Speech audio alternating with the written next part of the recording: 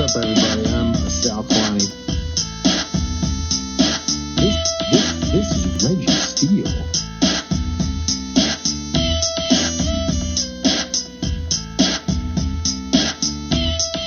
And welcome to Spitballin. Spitballin. What's up, everybody? I'm Sal Kalani. This is Reggie Slow at Podcast and Steel. Oh my goodness. Out the gate, really. Out the gate. And welcome to Spitballin. Yo, 16 minutes late, Reg. I was here, bro. What happened? I was in the lobby and I was like, yo, you were in the where lobby you at? 10 minutes later. I was looking at my phone and Reggie's like, I'm in the lobby. And I just looked up. I'm like, oh, okay. He happened to get there the past 30 seconds. Yeah, right. He was not there. So real quick, I had to do a quick reboot. My computer. Now, what's up with your gear? Is that Android shit, huh? No, it's my computer. My computer is I got a Lenovo. Windows. No, it's an update. Sometimes when you do an update, you have to reboot the computer. So I had to reboot. Okay. I'm sure all the people couldn't do the update before the pod. It had to be. You know what? Honestly, I had it all set up by 9:30, and then when I sat down to log in, it was like reboot required. I was like, oh, I could have done this a long time ago. So yeah, and then my phone needed to do a thing too. So yeah, but I'm here. Hey, how come I got a text from another phone? What you got two phones for, Reg? What's that about? You know what they. That's I'm a businessman. Suspect, man. That's suspect. It's not sus. What it is I have my personal phone and then I have my business phone. And they look exactly the same. How can you tell? No. Well, this is the S21 and then this is a S8. So what kind of business you conducting? I own a house in Alabama, right? And that's all Bama business? Yo, straight up, it's all Bama business. It's really like house related stuff. It's the PG&E. I mean, so you saying you get that much? Alabama. They bother you that much? You had to get another phone? No, it's just easier to keep that stuff in line over there, right? Because with my regular phone, is there's a lot of stuff going on. But with that phone, that's the gas power. I mean, that's the gas. That's the electrical. That's the contractor. That's the insurance company, the homeowners insurance company. That's the roofing company. It's the So what are you doing? You rebuilding that? You fixing it up and then going to sell it? No, I'm not selling it. I might as well be. I basically have rebuilt the house, right? Oh, you gotta, man. You should have, man. Once it gets set up, dude, and maybe COVID gets better, you should have everybody over for a big old Bama barbecue. Yeah, everyone's gonna fly to Alabama just to go in my backyard. Well, then what do you like? So if you're not gonna sell it, what are you gonna do with it? Just like rent it out and shit? Yeah, I'm gonna rent it out because think about it. Let's just break it down real quick, and I won't get too deep into this, but because I have several, not just a couple. I have several friends that own and manage properties, right? And I'm talking like I got one friend who has like upwards to 100. He's in Los Angeles, and the amount of money he makes is ridiculous, right? He's shy of 200,000 a month with the properties that he owns in Los Angeles, right? And he rents them out. His portfolio is so expansive that he started a property management company to manage his properties. And then that company also manages other people's property. So his business is making money for him while managing his business. And then I have several other friends who own upwards to 10, 13, 15 properties. And I'm telling you, man, and they all have full-time jobs, right? It's a great way to supplement your income. And you allow somebody else to pay off the mortgage. They get to pay rent. You get to make a couple of dollars. So for me, this is like my intro into that. Because I got this house. If I sell it, right, here it is. If I sell that house in Alabama, maybe at this point, maybe 80,000, 70 to 80,000, right? Yeah. Maybe. But if I rent it out and I can get, I'm not going to say, if I can get 13 or 1,400 a month, right? Then I can do that in perpetuity, right? Forever. And then I can give that to owning a bunch of properties in Los Angeles and renting them out is a little different than owning a home in Birmingham, Alabama. I agree. I absolutely agree. I mean, look, because I went in on a place with my brother in Cleveland, and it was like the West Side, not as good as the hood. and like we bought a house together for like 25 grand, dude. Oh, Maybe nice. 8 grand. And Okay. I put most of it in because he already had a bunch of houses and he was going to work on it. So Hmm. let's just put it this way. I put in 19 grand, and after he passed and everything, I got out 19 grand. Oh, dude, why did you? Oh, Sal, why did you sell? Oh, Why they did you sold it sell? all because he died. And then, So what? So well, they what, sold. Well, here's the dude? thing. My point is this, The bro. house was paid for, though. You understand? The house is paid for. I don't 25,000. know That's if a it, car I don't note. know. Yeah, but that's the point, bro. It's a shit house and a shit hood. It doesn't That matter. don't. Someone has to look. I'm telling you, man. I'm not gonna Some deal with it. What are we gonna do with it? You I mean to don't tell me care right about now that I can shit. go to? You mean to tell me right now I can go to Cleveland and grab up several houses for $25,000? I will absolutely do it. I go Yeah, and grab them. here's what you don't understand, my friend. And this Okay. was the problem. Okay. Please People enlighten just me. don't pay you rent. Or Well, people yeah. don't and getting people in there. And these aren't like, this ain't LA, man, where people are like always needing a spot to stay. These little hoods, they don't care. People have abandoned homes for a while. They don't need, you know what I mean? So like my Right. brother was constantly dealing with trying to get people in it, constantly trying to fix these places because they're old shit homes, constantly trying to get, rent them out or get people to pay. It just wasn't worth it in the end. I mean, Hey, honestly, look. bro, I had it for a few years and made like no money off of it. Okay. So what I'm saying to you now is, yes, that was probably not the ideal situation, right? In that particular instance, but based on the people that I know who actually do this, right? But Who those have guys with no. multiple things in LA. Yeah, but hold up though. No, that's one in LA. That's just LA. There's other places. I know Anyone guys in that have Birmingham? they have yeah, I got a friend who has in the last year he's bought 3 properties in Birmingham. Nice. But he's in Right. Birmingham, no? No, he's not. All right, all He's right. not based in Birmingham. And I have another friend who has Who's properties. running his shit? He Someone's does. got to handle it over He there, though. does. He does himself. He does himself. He'll fly in and then, he may recruit his dad or a friend to go by Right, and, and he's got to, right. You the need key to all hands this on stuff. the ground. So what do Well, you the, do? the key to all of this is you got to have a reliable handyman, right? Like you got to have somebody that you trust that can get the job done just for the little minor things, right? Plumbing stuff, like some patchwork work for You holes in say the minor walls. things, but I remember my brother dealing with that. He had a handyman, knew him well, and he always trying to get that guy. And then when you got more properties, you got more shit you gotta fix. And what I'm saying is everyone that I know listen, man, you and I are broke. Let's just be honest. We're broke. Well, yeah, And if it's you got these, hold baller up, hold money, up like though. No, Arnold made all that money and then he put it into property, but he who already had that money. who's this? Arnold?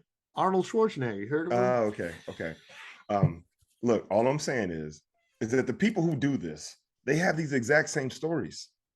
They all have those same stories. I bought some shit property in a place I couldn't get people in. I had to twist people's arms to get them to pay rent. They all have those stories, and the difference is that they kept persevering and kept doing it and pushing through and got past that. And then the others are like, man, I had to deal with the thing, and I don't want to do it no more. And then we sit here broke as fuck, and these Well, look, motherfuckers got I multiple never properties. wanted to do it. It was I was just in on my brother. I Once he get it. I passed, get I it. was like, I it was get it. shit, bro. I was Listen, there. It was shit. It was I not get it. worth it. I didn't necessarily have any desire to do it until my pockets got thin. I was like, yo, how can So I create some income? Like I need when are you gonna passive rent it income. out? I'm hoping to rent what's today? I'm hoping to rent it out by September. Because Damn. it's been going for a minute now. Like, so I inherited the house after my mom passed, and then I had my cousin staying there for a while until I could figure out what I wanted to do. I had to go through a whole court stuff to get the house back. There's a whole bunch of drama around that. She stayed in the But house wait, for a while. because you She was didn't want to give the house back? no. Remember Oh. I had a predatory relative come in and steal the house from my mom before she died. Oh, right, Yeah, right, yeah, yeah. right, She had my right. mom sign a quick. She had And her you got mom. that all figured out? You You fixed that? damn right I did. That Did that started. cost you?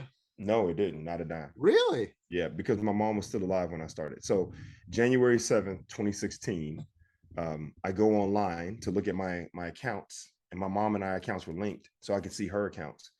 And I get online, dude, and her accounts are zero, right? And for me, I was like, my heart dropped to my stomach. And I was like, what happened? Because I had because she was older, I had everything managed on automatic account, like automatic payment. like, Right. the power bill and the insurance and whatever else, all that stuff was set up. So the moment it said account closed, I was like, what happened? So I call my mom. I go, Mom, what happened? I'm like, the accounts are closed. They're empty. What happened? And she says, somebody writing checks on my account. And I go, no one's writing accounts. No one's writing checks. I got everything figured out. She's like, nah, someone's been using my account and I closed them. And I go, Mom, I had everything set up. She goes, well, my niece is here and she's gonna fix everything. And I go, Wow. and at this point, I have no clue. I go, put her on the phone, please. Now I'm thinking, oh, this is a relative. This is my mom. This is my mom's niece. This is a relative. We're family. Cool. Dude, I get on the phone with this woman and she's like, yeah, something's going on with Aunt Sylvia's account and I'm going to get down to the bottom of it. And I said, no. I said, everything is set up for automatic payments. Everything's fine. I got everything under control. I said, what happens is my mom is at this point now where she will write a check, like she'll have somebody else write the check for her and then she'll sign it because her fine motor skills were starting to deteriorate. She was 95, 96 at this point, right? And so what would happen is she had the checks coming back to the house. So she would get the check and go, this ain't my handwriting. Somebody writing checks on my account, right? Like not remembering. And she went as far to tell me that someone had a stamp of her signature because she was like, that's my signature, but I didn't write that check. So I relayed this to my mom's niece, and dude, I was met with so much resistance and so much vitriol. Like there was a point on a later conversation where she and I are going back and forth because she started accusing me of all kind of stuff. She was like, well, Aunt Sylvia, I saw that you opened 32 insurance accounts in your mom's name. I go, what are you talking? I was like, no, never. I was like, I've never opened anything in my mom's name, right? And she's like, well, I know what's going on. I'm gonna get down. Dude, she was accusing me of some heinous, outrageous, over the top shit that I was like, I'm on the phone. Who do you think you are? And she's going back and forth. She's like, I got God on my side. I got God and the Lord and G. And I'm like, oh whatever. No. Hey, dude. So that was early. So how'd you resolve this? Well, okay. So what happened was my cousin who was helping out with watching my mom, my cousin Beanie, Sarah. My mom says to her, she goes, Beanie, I think I've been signing some papers I ought not sign, like the deed. And so my cousin calls me and goes, hey, I just want to let you know Aunt Sylvia said this. And I don't know, she's at this point now because my mom was suffering from dementia. She's like, she's at this point where she says all kind of stuff, but she's like, you just may want to look into it. So I call the family attorney and I asked her to just kind of look into it. She's like, yeah, I'm gonna go down to the courthouse tomorrow. I'll take a look. She calls me back 2 days later and she goes, if you know what, fuck her, I'll say her name. She goes, who is Linda? And I was like everything just dropped. Boom. She goes, I go, that's my mom's niece. She goes, well, she owns your mother's house. And I said, okay, can you repeat that, please? And she goes, she went down, she had a quick claim deed done, and she is now the owner of your mom's house. Wow. And I go, gangster, dude. And the thing is that Linda Hughes, fucker, was a real estate agent in San Bernardino, California. So she knew what to do. She knew how to navigate the channels, right? But at this point, I was like, this is crazy. Wait, she was in San Bernardino and she moved back to Birmingham? No, yeah, well, she was planning on moving back. Her plan was she was going to leave San Bernardino, take my mom's house, and live in that house because it was paid for, right? Like live in that house and get her retirement, move back to Alabama. So she had factored in my mom's house as her part of her retirement. Dude, you don't even know. So I'm like, I got the diagnosis of dementia. And once you have that diagnosis of mental decline, like a lack of cognitive, being cognitively impaired, it's like having a contract with the child. You can't have a contract with the child, right? Or mentally disabled people. You got it diagnosed? When did you get it diagnosed? Like after? I got it diagnosed. Actually it happened during the same time when everything was happening behind the scenes. Because I'm just curious if they say she signed it and then you got a proof of dementia, but is it too late if she signed it before that proof came? No, there's dementia is not something that happens. Like you can't. Right. It doesn't just turn on. Yeah, exactly. It's not like like I signed a contract on Monday and then I got the Right, diagnosis on Tuesday, and they're like, well, you didn't have it yesterday. So Yeah, now, right. right. Okay, Like, so so you there's got that proof of, diagnosis, and then I had the things diagnosis. changed. Well, after that, I contacted an attorney. Look, man, anybody who's listening, I'm gonna tell you right now, anybody who doesn't value in education and critical thinking skills, I'm telling you right now, you're at a loss, because I personally in that moment was devastated, right? Like I had this moment of like, oh my God, what's happened? You Like just had what's a going house on? stolen. Dude, straight up, right? And so I don't know what happened, dude. I had this moment. I took a second. I was concerned and worried and a little anxious and whatever. And then I had this thing. I go, all right, something happened in my head, and I go, all right, well, I got to reach out to an attorney, right? My mom does not, because I took business law in college, so I knew that you can't have these contracts. So I go, all right, I need to talk to an attorney. And I go, but I can't afford an attorney by myself. So I just started searching for free attorneys in Alabama, right? Why don't you talk to your buddy over here? Because he's based in California. He can't practice law in Yeah, you Alabama, can't help right? Alabama. All right, okay. So I reach out, I look for free attorneys in Alabama. I find this service. I talk to this lady. I tell her what's going on. I say, my mom is, I have power of attorney. She's this age. I had a relative come in and do this thing. And she's like, say no more. From that organization, she put me in touch with another law firm that does pro bono work for this type of situation, right? And so I got a call from this lady named Jenna Beto in Alabama, who's an attorney with this firm. I tell her what's going on, and she's like, yeah, I'll take on the case. And that was the beginning of, notarized paperwork, submitting paperwork, getting signatures, getting a copy of the will, just getting everything in order, man. And then my mom passed September 22nd, 2016. And this wasn't resolved yet at that point. So there was a point where she's like, well, we were doing it on behalf of your mom because she was the person that we were representing in the situation. And now that she's passed, she's like, in essence, we're supposed to stop it, but she's like, I'm not going to stop. Right. Like, she's like, we're supposed to charge. Like, it's not supposed to be free at this point. So she wasn't charging you at all? No, it was pro bono. Wow. So I had to once my mom passed, then the power of attorney is dead, right? And then I had to get the will probated, and in the will it states clearly that my mom leaves the house to me, this whole thing. So I get the will probated, and dude, we went to court. So that was September 22nd, my mom passed, 2016. After going through everything, I go to court. I finally get a court date. I go to court November 17th, 2017. Right. Wow, over a year later. Dude, it started January 7th with noticing the accounts, right? And then my mom passes September 22nd. And then November 17, 2017, I'm in court in Alabama. I go in with my attorney. Wearing a suit? I didn't wear a suit. I didn't wear the coat, but I had on the dress shirt, the tie, the slacks. I bought a whole outfit for it. Dude, I get into court. Linda shows up with this other woman who I'm thinking that the other woman is Linda, and then the younger woman is the attorney. Turns out the younger woman was Linda, and she brought her mom, right? She didn't have an attorney, so she came in representing herself. I think she thought it was going to be like a walk in the park.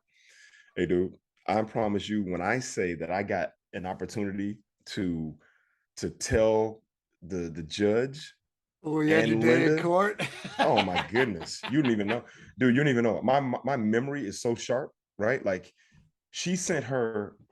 So I buried my mom the day before my mom's funeral. Linda Hughes, fucker. Actually, I don't even got to say fucker. I don't even got to say fucker because I got no animosity. The story says it enough. Yeah, I don't have any animosity toward her. It's just it is what it is. Linda Hughes sent her then fiance and her son to my house the day before my mom's funeral. Her fiance, Wilbur Cox, and her son, Ken Tinker. I answered the door. I think these are some Jehovah's Witnesses, right? I answered the door. I'm like, hey, what's going on? They're like, are you Reginald Steele? And I go, yeah. I'm like, man, that's weird. Jehovah's Witnesses don't usually know your name, right? Like, man, they really been touched by the Lord. Yeah, exactly. I'm like, these guys might be for real. Hey, dude, they're like, I go, yeah, I'm Reginald. And he goes like this. He goes, well, I am Wilbur Cox, and this is Ken Tinker, and we are here on behalf of Linda Hughes, the rightful owner of the house. And I go, Wow. oh, wow. Yeah, I go just like that. I go, wow, okay. I said, first off, I just want to tell you right now that I know what Linda did, right? I know that Linda had my mom sign a quitclaim deed to the house. And I don't know if you guys know, but my mom has already had a diagnosis of dementia. So that contract is null and void. I already have attorneys, and we're in the process of getting that whole thing turned over, right? And he said, well, he said, hey, look, we don't want no problem, because I was swollen. I mean, you talk Oh about, yeah, dude. I had the As your guns mom out. just passed, dude. I You don't read even you're a know. You don't chunk, even know. dude. Dude, you don't even know. When I say I was swollen something fierce, bro, if you'd have seen me in that moment, you'd be like, yo, there's actual smoke coming out this I motherfucker's mean, yeah, ears. your mom just died. Oh, I'm this no, is gangsters. yeah, Fuck. I'm about to lay my mom to rest. And look, I've never planned a Wilbur's lucky funeral. he walked away. Dude, hold up though. Let me tell you this. I've never planned a funeral. Like, people, you don't know what's involved until you actually do it. Like, I had to pick out a casket. I had to buy flowers. I had to set the time. I had to call the church and talk to the pastor and figure out if he can, do a thing. Like, there's a lot of logistics that just go along with. And then I had to contact the cemetery and let them know what was going on and time frame. There's a lot happening, and you're also grieving, right? You're grieving, and then you got paperwork and credit cards, and you're signing and you whatever. And he's like, hey, we don't want no problem, because he could tell I was a little huff. And no, I'm sorry. Wilbur didn't say that. Ken said that. Ken goes, because he could see, right? Wilbur's the older guy. Ken goes, hey man, look, we don't want no problems, right? And I said, nah, we can't have any problems. These are direct quotes. I said, nah, we can't have any problems, right? Because right now, as adults, I can't go to jail because I got to bury my mom tomorrow. So yeah, I'm gonna have to maintain my composure. And it's taking everything in my body right now to maintain this and be civil with both of you, right? And then Wilbur, he's the older one, and I found out later that he was an Army vet, so he's kind of got this thing of like, But I'm like, dude, you're probably in your late 60s. I'll break you, son. Like I'll break you, right? I don't care what you did in your early 20s at boot camp. I'll break you, bro. I'll beat the young dude with the old dude. I'll use the old dude as a stick to beat the young dude, right? And so he says, and I quote, well, we're here to assess the value of antiques. And I said, wow, man. Yeah, I said, wow. I said, man, this sure is interesting. I said, wow, you're here to assess the value of antiques? Wow, this sure does sound like a cash grab to me. I go, I'm burying my mom tomorrow. And you guys didn't come to give me your sympathies or your condolences and to say, I'm sorry for your loss. No, you guys came to assess the value of antiques. I said, wow, this sure does sound like a cash grab, bro. Now, at this point, the old dude is standing firm. The young dude, her son, I can see him kind of like, man, this is a bad look. Right? Yeah, like, what are you gonna do? And then you can't just go in. Yeah, this is a bad look. So I said, okay. I said, well, look, I'm gonna tell you right now. I said, there's a huge difference between antique and old, right? I said, but you know what? Just so you can know, and I said this, just so you can know who you're dealing with and who you're here representing, I'm gonna let you come in the house, right? Everybody who was in the house was like, Reg, don't you let them in this. I was like, hey, everybody take a chill, right? It's fine. Let them come in and see what they actually work with, who they dealing with, right? Not because, look, anger is easy. Anybody can get angry, right? The person who's the scariest is the person that, if in a crowd of irate people and everyone, a riot, and there's a dude in the back that's like this, that's who I'm afraid of, right? Because everybody else, I know what they about. We're mad. But the dude in the back that's like this, he got a fucking bomb, okay? And he's gonna blow some shit. So in that moment, I was like, come on in. Like, come on in. Let's look around, right? And they started looking and stuff, and he got like a little notebook, and he's like, okay. This is so fucked up. Dude, it's so bad. They went through the house. I let them come through, and I was like, all right, guys, that's it. That's enough. So I think you see what it is, right? And then I said to them, and I said this in court too. I said, they came by the house, and I said, and then on the way out, I said to them, I go, hey, look, the funeral is tomorrow morning at 11 a.m. at New Pilgrim Baptist Church. I invite both of you, because we're, Ken and I are related, and Wilbur, you will soon be a part of the family.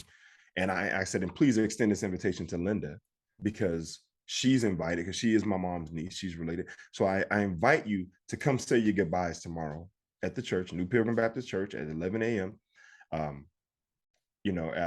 What I said, and, Linda feels so close to my mom, right? Or my mom was so close to Linda that she wanted to leave her house. Please come and say your goodbyes. You're more than welcome to. I said, and then afterwards we'll have dinner, we'll have food available at the same site, whatever. And this is what I said in court. I said I invited them to come, and you know what? They didn't show up. I said Wilbur Cox didn't come, Ken Tinker didn't come, and Linda didn't come. None of them came to the funeral to say their goodbyes to my mom, who apparently felt so good about Linda and her relationship that she wanted to leave her house, right? Wow. Dude, I said that in court. And at some point, there was one point where Linda said something like, Linda said, Aunt Sylvia always said that I was like a daughter to her.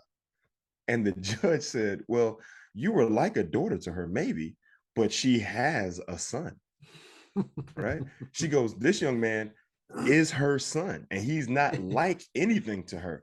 He is her son. And the judge said, she said, it's very interesting to me that this young man is sitting here by himself, and he has lost his mother, and you're sitting here with your mother about being like a daughter to someone else.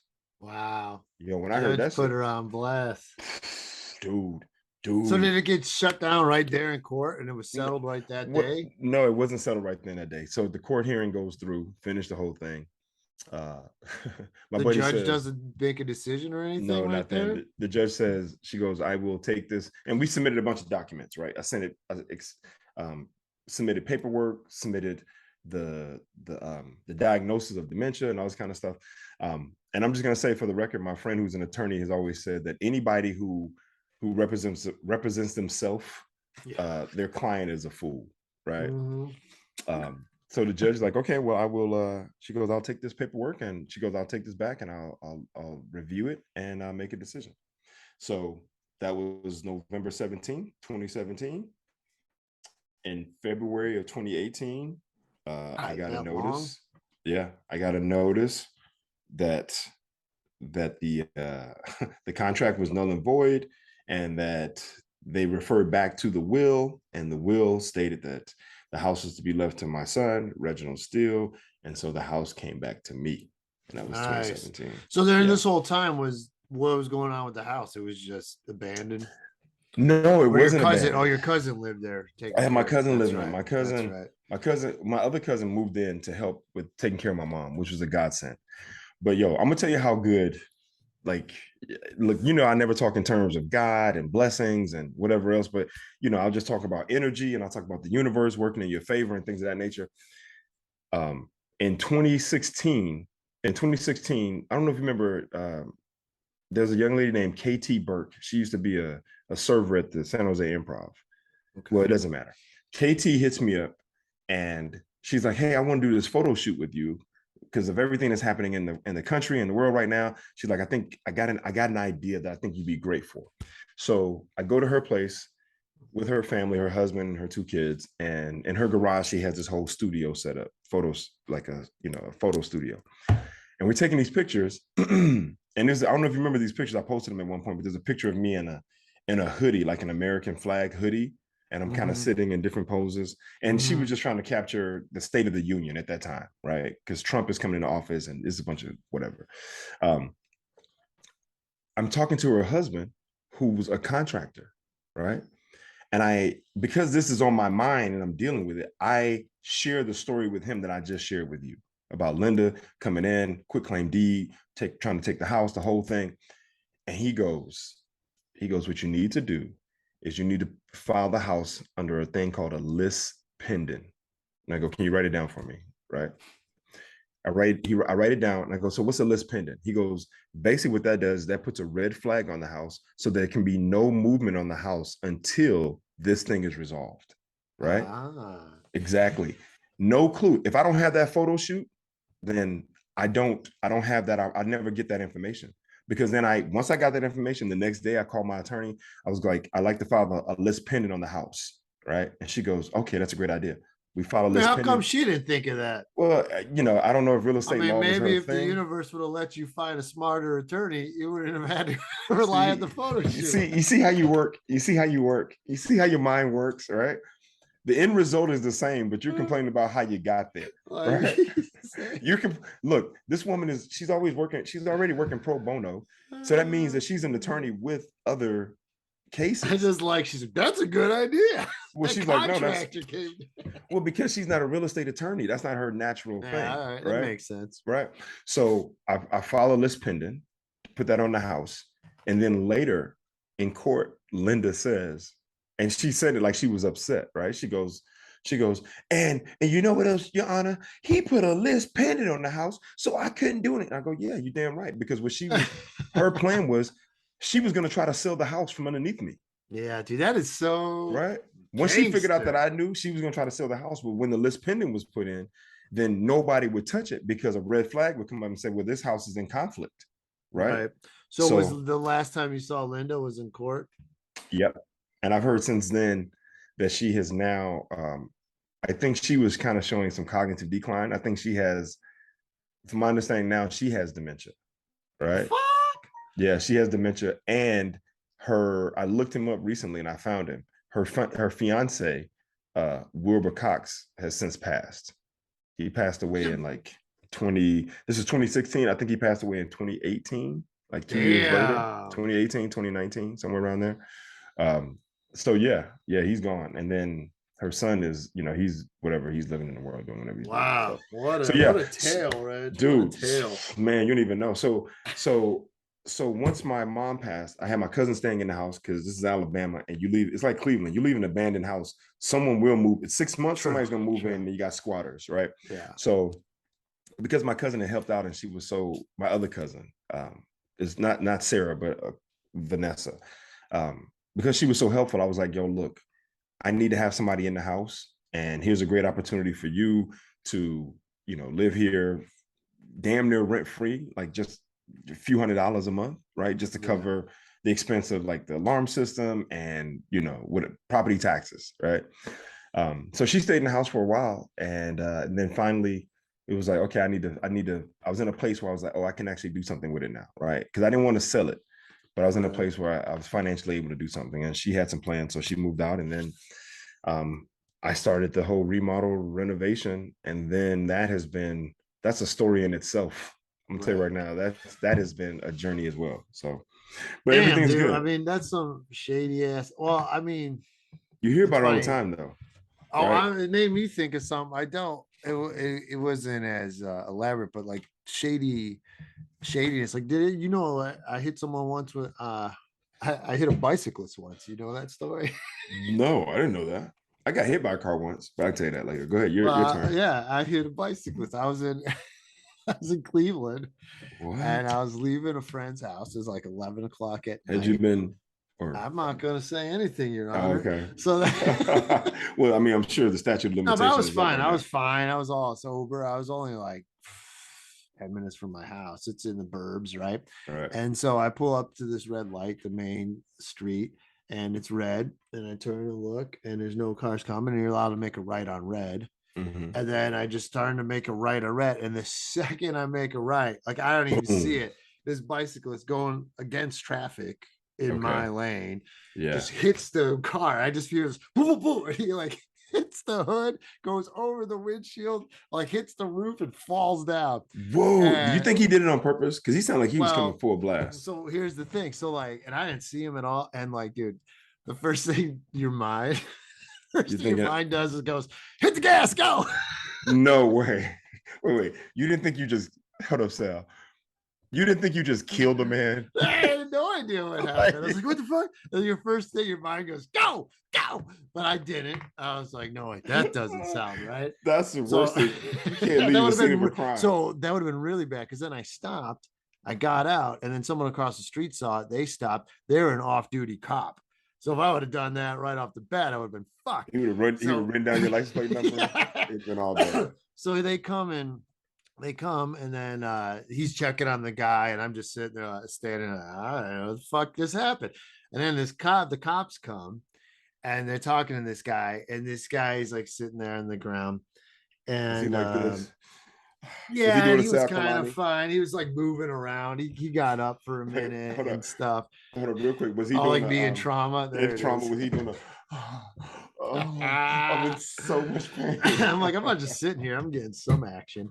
Right. So then, the cop comes, and the cop's like recognizes this guy for doing shady shit. He's like, I know this guy. He's like, you don't have to worry. He's like, I know this guy. I've seen him go into retirement communities, and when people are backing up the cars, he'll get up behind, get hit, then ask him for a little payment, and he won't bring the law or anything. So he was telling me about this dude, and because I was like, and he's like, so you were just going right on red, and he was coming against. I'm like, yeah, I didn't even see him. I was like, he was going the wrong way on the street. It sounded like a setup, but go ahead. Yeah. So then the ambulance came, and this and that, and they came. So then this is what reminded me, because then the fucker would have just let it go. He's trying, right? So his whole thing was, well, I had to go to court. They subpoenaed me. This guy subpoenas the ambulance drivers because he said he was picked up in the crosswalk, that I hit him in the crosswalk, which was total bullshit.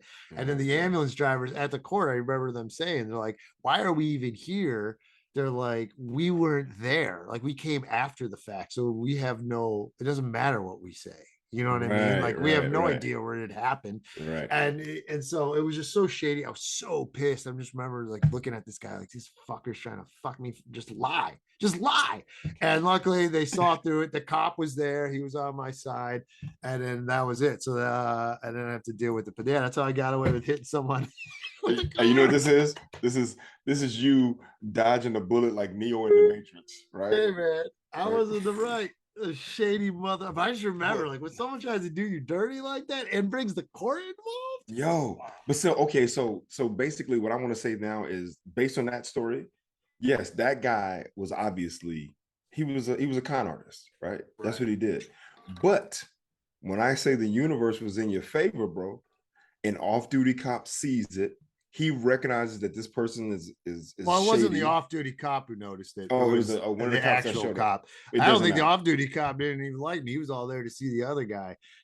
Oh, okay. Well, whatever. Whoever the other cop that showed up, who recognized this dude immediately at that point, it's like, yo, I'm on your side. Because if that cop doesn't show up, right? If you got the off-duty cop concerned about the guy who got hit, doesn't know him or recognize him, and then the cop who does recognize him doesn't show up, now you're screwed, right?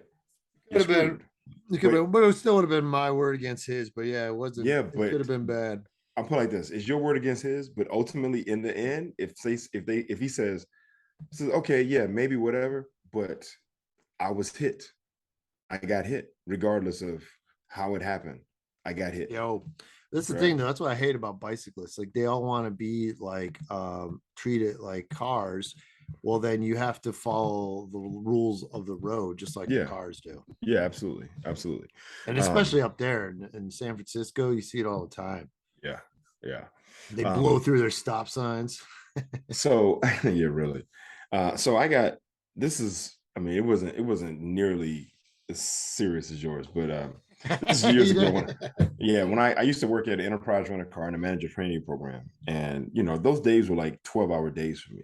Right, like living in Lafayette, walking to the BART, which is a little over a mile, right? Riding the BART to Oakland, working all day on my feet, 10 hours or whatever, walking back to the BART, riding the BART back from Oakland to Lafayette, getting out, and then walking back to my apartment, right? I'm tired, man. It's late, it's dark, and I'm dark. Let's just be honest. I'm dark. Let me just show the people how. There weren't any reflectors. Here we go. Yeah, no. Well, here it is. I'm gonna show the people how dark I am, right? This is how powerful my ring. Yeah, it's that Nigerian. This is the African, right? T's white as hell right now. So my ring light does wonders. But it wasn't that late. Like it wasn't midnight or anything like that, right? So I'm crossing the street, same thing. This lady she's going into, let me see, the turn is set up like this. Like you can go straight to the stop sign or you can veer off to the right, right? To go to the right, right? But there's a little island in between. So I've already crossed this street and I'm crossing this one and I'm on the little middle island. And I see the lady and I'm like, oh shit, she's not going to see me or she's not looking because she's kind of going into the right turn. Right. I'm here. She's going into the right turn, not looking to see if anything's coming from the right. She's looking to the left, but not looking to the right. And so I'm now crossing the street and she does this thing where right when I get into the crosswalk, she's like, she accelerates. I'm like, yo, this lady ain't gonna see me. This lady ain't gonna, oh shit. And, and you know, being an athlete, I was like, I kind of prepared for it. So I jumped up on her hood, right? Like I put my hand down and jumped up on her hood and moved my legs out so that she wouldn't hit my legs. And she's like this. Dude, when I looked at the lady in the car, she was like, oh my God. She was so scared, bro. I hopped off the car. I go, look, I'm fine. Because I avoided getting hit. Now, if she would have hit my legs and kind of bumped me up like that, that'd been one thing. But I kind of hopped up on the car. And she's like, oh my God, I'm so sorry. I'm so sorry. I was like, hey, I said, it's fine. It's fine. It's okay. Right. And she's just like, oh. She was lightweight shook. I was like, it's fine. In my mind, I was thinking, I just want to get home and just chill, man. It's been a long day. I don't care if I just got hit or could potentially just got hit. I don't care. I'm like, let's just go. So I walked off and she drove away. And now I'm sure she looks both ways before driving, before making a right turn. All right, Reg. Well, let's close this up with a little free Brittney talk. Brittney Griner in the news. One thing I really hate in America is veiled racism, where people act like they're so fucking goody and really they're just racist lying shitheads. So you know that's the American way, right? Just for the record, right? That's the. Now, that's I know the it's American not too popular to go after Vietnam vets, but hey, here we go anyway. So I saw this meme, and this is the thing too. Who even knows who really initiated this thing? But okay, so this is the meme, and then I'll pull up the whole letter. This is just the beginning of the meme I saw. She's writing all of these. Yeah, so the letter starts with "Dear Mrs. Griner," but whoever posted this part were like, while she's writing all these letters to America begging for us to save her, it would be very fitting if she write a letter of apology to our veterans and all of us begging for our forgiveness. For what? Yeah, that's crazy. Why are veterans brought into this whole situation? What the fuck? And you know, dude, I'm sorry, but dude, apology to our veterans for what? And then if you're gonna go, oh well, they bring you freedom. What? Vietnam vets fighting in Vietnam had nothing to do with people's freedom. Well, he didn't say Vietnam though. Oh, you know, he says, wow, this Vietnam vet's letter of much freedom. Oh, okay. It's just like it just brought it's like, and we lost the war in Vietnam. It was it was fucking wrong. Like it's been proven that it was wrong. Yeah. Anyway, so here's the letter. Now I'm gonna pull up the whole thing. Dear Miss Griner. Oh, it really pisses me off. I didn't even get to that part. I was just reading the top part. I'm like, what? Yeah, that part really. So whoever added that part. Yeah, I was like, what? An apology you should beg for our forgiveness. To Brittney Griner, dear Miss Griner. Hold up. First off, if the guy doesn't know her, if he doesn't know her, why are you writing a letter to her? Okay. Because he's a racist idiot. All right, so the Bunker Boys, here we go. We were a group of old Vietnam combat vets from North Carolina. We're the Bunker Boys because we were staying in holes called bunkers. When we're not in bunkers, we're crawling through the jungle, being shot at, shooting back, at little people wearing black pajamas. Okay. We must be honest, tell you the only thing we may have in common is that we too were drafted. You were drafted #1 in the WNBA. Well, hold up. Where are you at? You're not reading it from the top. I started from the top. I'm not did you? Okay, I'm sorry. Okay. Yeah, well, hold on. Let me read it then, because I haven't read it yet. Okay, well, go ahead. You read it, and I'll read it for the audience. Okay, you go ahead. All right. Because there's going to be points that piss me off. All right, but we must be honest to tell you, we both get drafted. Okay. We thought you might know what it was like when we were drafted. Unlike you, most of us had no college education. The people of the U.S. drafted us. We consisted of colors, religions, personal beliefs. We had no choice of the team which we played for. We know the draft is bullshit. That's why we don't do it anymore. Right. We were sent halfway around the world, fight, and then kill people we didn't know. Again, it was a war that made no sense.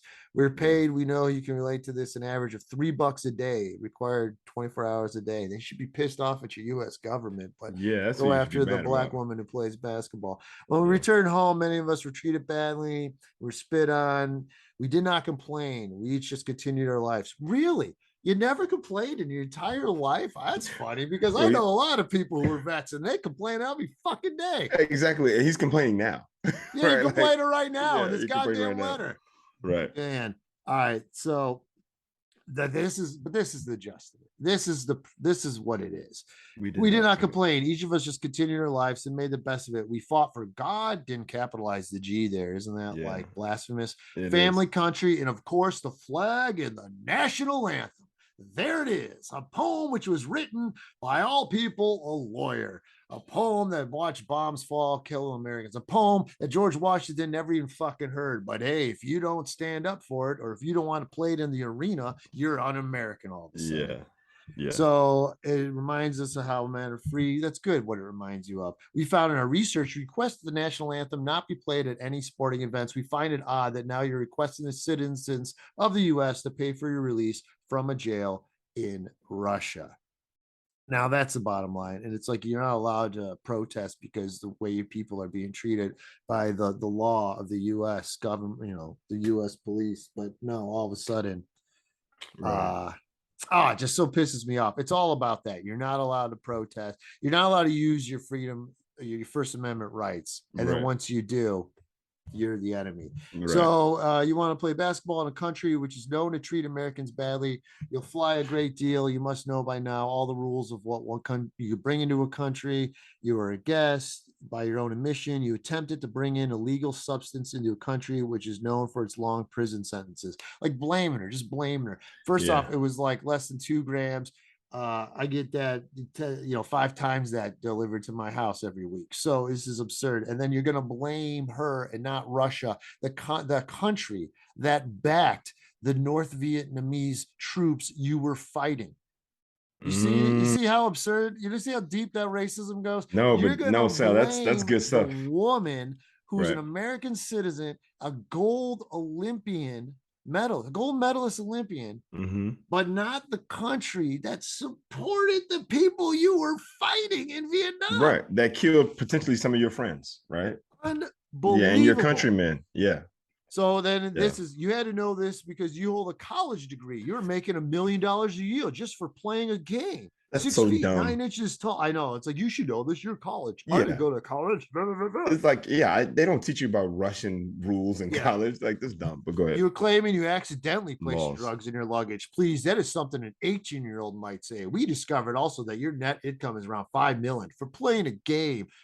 That's her fucking job. She plays the game. Get over it. This guy make 10 times what she's making. You're not going to bitch about it. Where's your letter to the LeBron or Jordan or damn them? Why don't you just go to the top, like the owners who make billions of dollars for whatever, right? Yeah. So, why are you mad at the Trump jealous. guy who just made 1.7 million off of his fake charity? Dude, really, dude. This guy is jealous. It's just for old guys like us, many living on a fixed income. That's a lot of money. We're just not playing a game. Don't get us wrong. We're not against you. Sure fucking sounds like it. Yeah. We all went, then fought so all Americans could have freedom to make their own choices. I'm sorry, buddy, but fighting in Vietnam, it had nothing to do with America's freedom. I get if you want to talk about Hitler, taking World over War the world, II, or if you want to even talk about, Civil War. I mean, but yeah. But fucking, hold on, though. Can we go back to the Revolutionary War? Yeah, right? yeah, 1776. But I'm sorry, dude. Going to Vietnam and losing did not bring freedoms to Americans. Yeah, okay. You have to throw in the losing. Just say, hey, dude, Trump had no problem talking about how McCain's a loser for getting caught. Yeah, that's okay, true. Right? That's I'm true. sure these bunker boys supported that still. You lying hypocrites. You fucking have a problem with your own fellow Vietnam vet, but not the guy ripping on him? Get the fuck out of here. You're right. But let's just say that fighting in Vietnam had nothing to do with America's freedom. That's Right. just the bottom line, right? Like there's so many instances that go further back, way before that, before we get to America, like America. So, and here's the to American closer. We freedom. just hope Okay. the next time you have to endure the playing of that little poem, you pay a little closer to land of the free part. Maybe you should look to the land of the free, sir, because her people don't feel fucking free when most of them are getting killed when they're unarmed for fucking bullshit. Yeah. No, it's crazy. So, dude, there it is, bunker boys. Where do you find this shit? Right? Fucking like, Ohioans, dude. They share this shit on Facebook. Damn Ohioans. And they act like it's all these people liking it. And then I left a whole comment. But basically, yeah, I brought up about how interesting it was about them fighting. I'm so glad you left Ohio.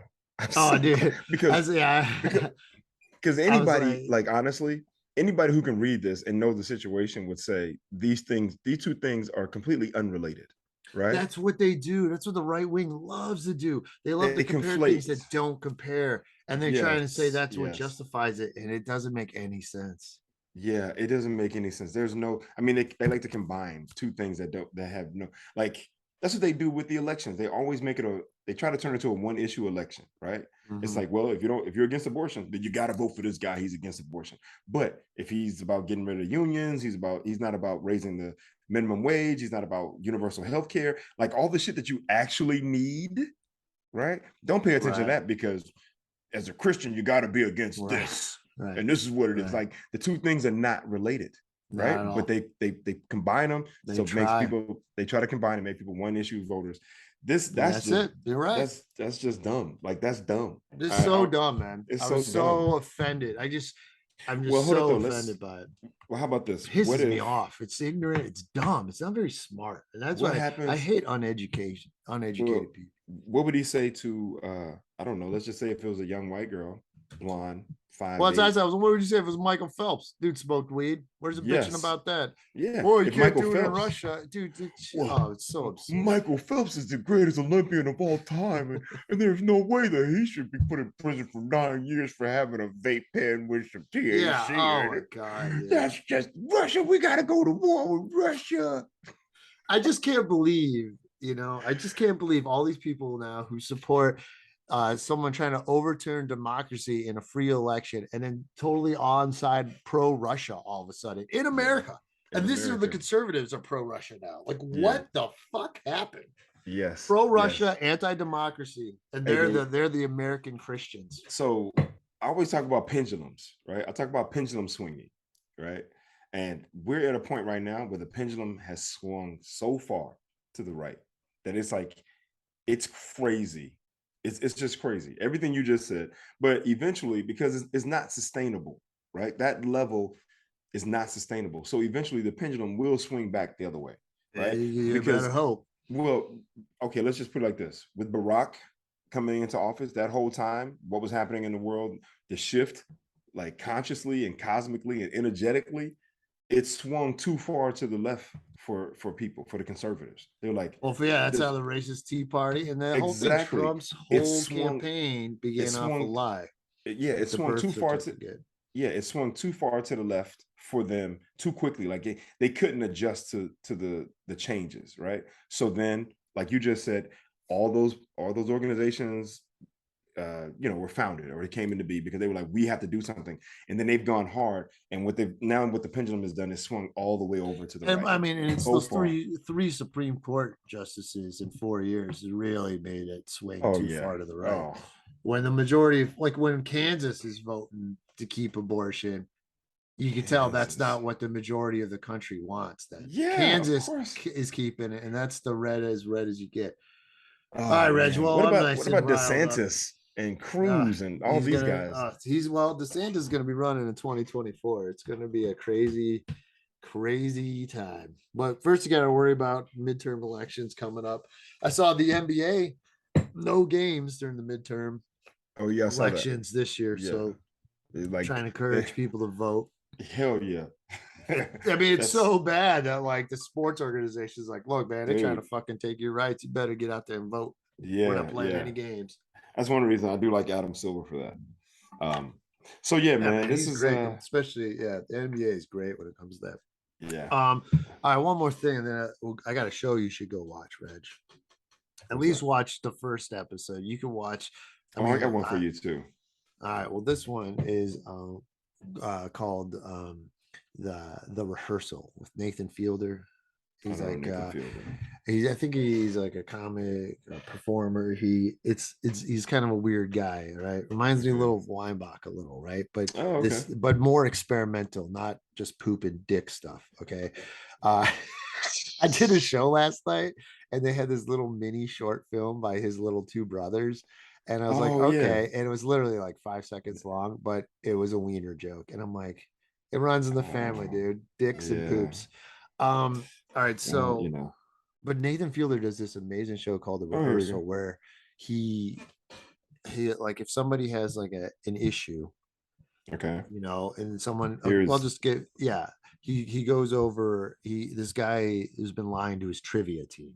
Okay. About his college education. So he wants to tell this woman who's his friend, but before he does, Nathan Fielder puts him through this whole like experiment to let him run through it with him, but he makes everything exact, like a simulation that is almost exact. Wait, trivia like trivia night at a bar?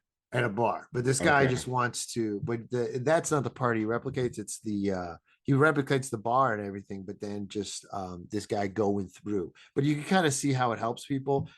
That's the first episode. You got to watch it. It's so different. What platform? It's crazy, is it on? Weird, and funny. HBO, and then, Max, HBO. Then the last episode's coming out today, actually.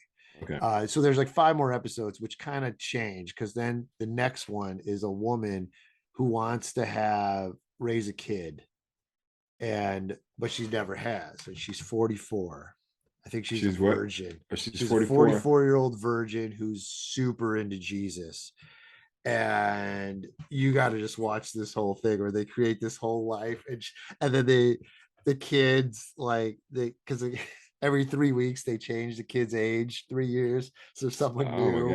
And then his Judaism thing comes involved, and then her getting really upset. You got to see it, bro. Well, hold up, though. Is this like Black Mirror, where it's like every episode is it's reality. It's a reality show. I mean, it's real people. Reality. Oh, it's a reality show. No, okay. So this is not a series. Like this is not a. This is a show, but it's real people, and he's doing real experiments. And the amount of his flow charts and the stuff he puts involved, you have to see it, dude. It's so original and weird. Well, hold on. Let me just say this though. To take a woman at 44 who's a virgin and a staunch Christian and throw her into motherhood on a basically on a like it's like a bullet train of parenting, right? Like you don't even realize at first, and then you see more of it coming out, and you're like, oh, this shit's getting crazier.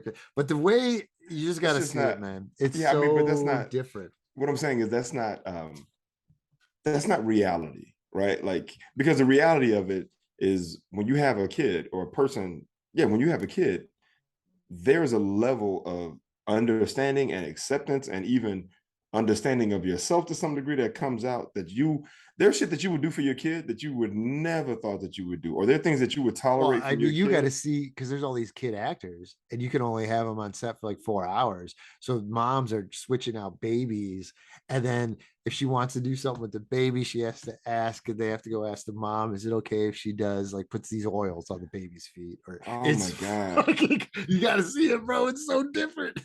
Hold up, though. This is more of an analysis of people who allow their kids to be in there. Because I'm saying right now, my kids. There's that too, yeah.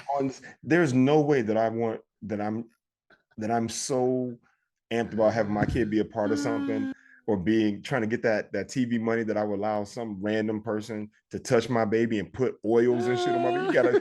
I'd be like, yeah, I'm sorry, I signed up for this, but apparently I didn't know what was going on. So I'm telling you, man, I'm out of here. It's out there. It's out there. Rehearsal. I highly recommend it. So the show that I was going to recommend is, and it's only one episode and it just dropped on Disney Plus. She-Hulk. She-Hulk. Have you seen it? I knew. No, but I knew you were going to say it. You're such a Marvel head. Dude, I watched it last night. Hey, man, it's funny.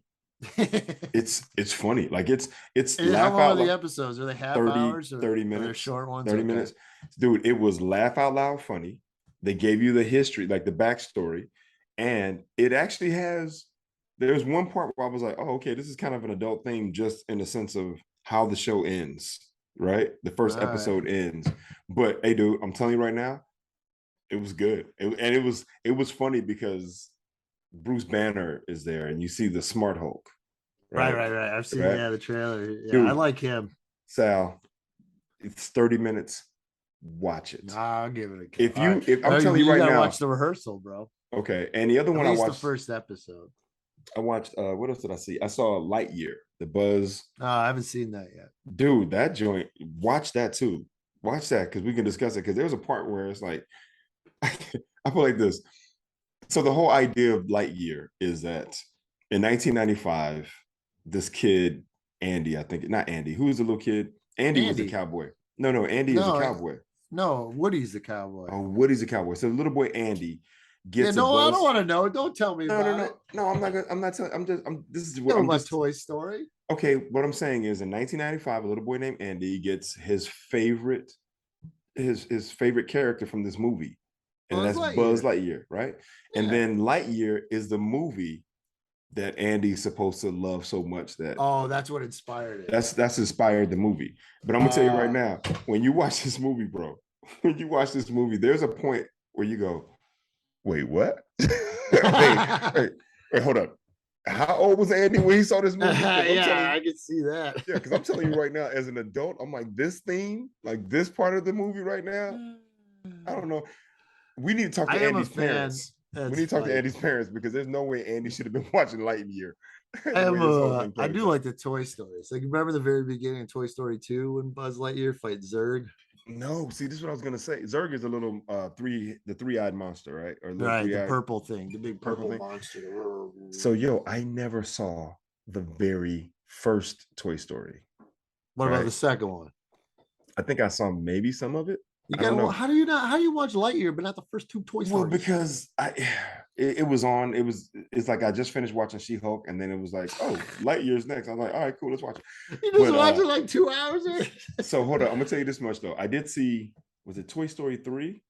I think Toy Story 3. The first two are the best, though. Then it drops. Well, I'm gonna tell you right now. I think it was 3. There's a point in Toy Story 3 where the toys are at a junkyard and they're heading to an incinerator. Oh yeah, that's the darkest part. Yeah, dude, they're all holding hands. Yeah, these toys are holding hands. It's sad. Are you fucking kidding? They're holding hands and they're telling each other how much they love each other. Like they're looking at death, impending death. Like they're getting prepared to die, right? And I'm sitting here like, I'm like, yo, who is this movie for again? Right? Like, is this a theme that 5 and 6 year olds need to be like? Yeah, the facing? Three is my least favorite of them. Dude, I'm like, is there any way that a 5-year-old should be contemplating impending death and what comes along with that? I know people who are adults who are deathly afraid of dying, right? Who have a phobia about that shit. And then this movie is talking about, we have these toys who are looking at death in the face and who are facing it with courage and ready to die and hold hands and go into that fiery blaze together, right? And I'm like, are you fucking kidding me? There's no way this is for a child. Right? It's pretty dark right there. Hell yeah, it all works out. Yeah, and then kids, I wonder how many kids had nightmares after that shit. Like Lotso, that big scary bear. I was about to die. I didn't want to die. I don't want to die. It's like, it's okay, baby. They were just toys. So, all right, wrap us up, Reggie. We got a guest next week or what? So I reached out to John, and props to John. He hit me back immediately, and he was like, "Yo, let's make it happen." So I hit him back with a date, but he's still on the road. He's going to Houston next Friday. He flies out next Friday.